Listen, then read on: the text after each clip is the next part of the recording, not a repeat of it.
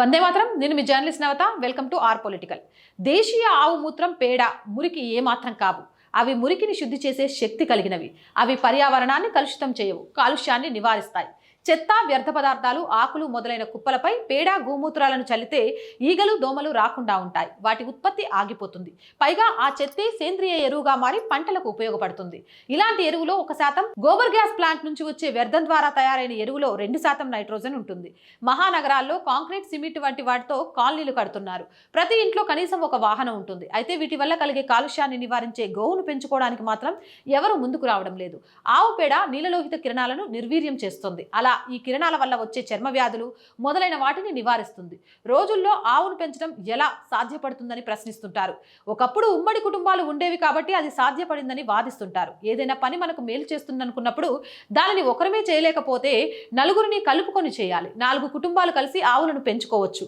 వాటి ద్వారా వచ్చే పాలు, పెరుగు, వెన్నెలను చక్కగా వాడుకోవచ్చు. సేంద్రియ ఎరువు వల్ల పంటలు బాగా పండుతాయి.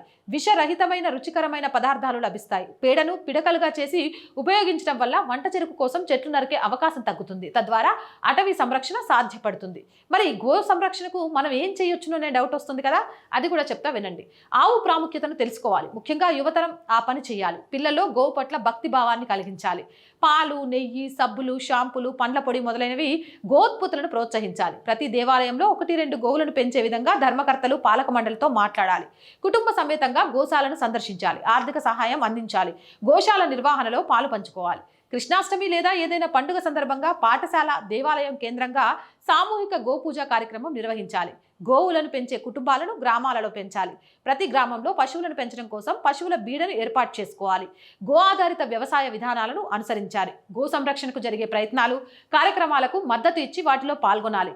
లక్షలాది గోవుల మరణానికి కారణమవుతున్న ప్లాస్టిక్ వాడకాన్ని వదిలిపెట్టాలి. ఏదేమైనా గోమాతను పూజించడం ద్వారా ప్రకృతిని రక్షించినట్టు అవుతుంది. ప్రకృతిని రక్షించడం అంటే మనల్ని మనమే రక్షించుకోవడం. కాబట్టి కనీసం కాలనీలో అందరూ కలిసి 1-2 గోవులైనా పెంచండి. దాని ద్వారా అందరికీ మేలు జరుగుతుంది. జై హింద్, జై భారత్. మోర్ వీడియోస్ కోసం ఛానల్ వెంటనే సబ్స్క్రైబ్ చేయండి. కంటెంట్ బాగుంది, నలుగురికి తెలియాల్సిన అవసరం ఉంది అంటే లైక్ చేయండి, షేర్ చేయండి. ఆర్థికంగా ఆర్ వాయిస్కి మీ చేయూత చాలా చాలా అవసరం. ఆర్థికంగా సపోర్ట్ చేయాలి అని అంటే సబ్స్క్రిప్షన్ పక్కనే జాయిన్ అనే బటన్ ఉంది. 1 to 5 లెవెల్స్ ఉన్నాయి. ఏదో ఒక లెవెల్లో సపోర్ట్ చేయండి. లేదా స్క్రీన్ మీద గూగుల్ పే, ఫోన్పేతో పాటు అకౌంట్ డీటెయిల్స్ ఉన్నాయి. మీకు తోచిన సహాయాన్ని అందించవచ్చు. వ్యాపార ప్రకటనల కోసం 8328 500 576 నెంబర్ని సంప్రదించండి. జై హింద్, జై భారత్.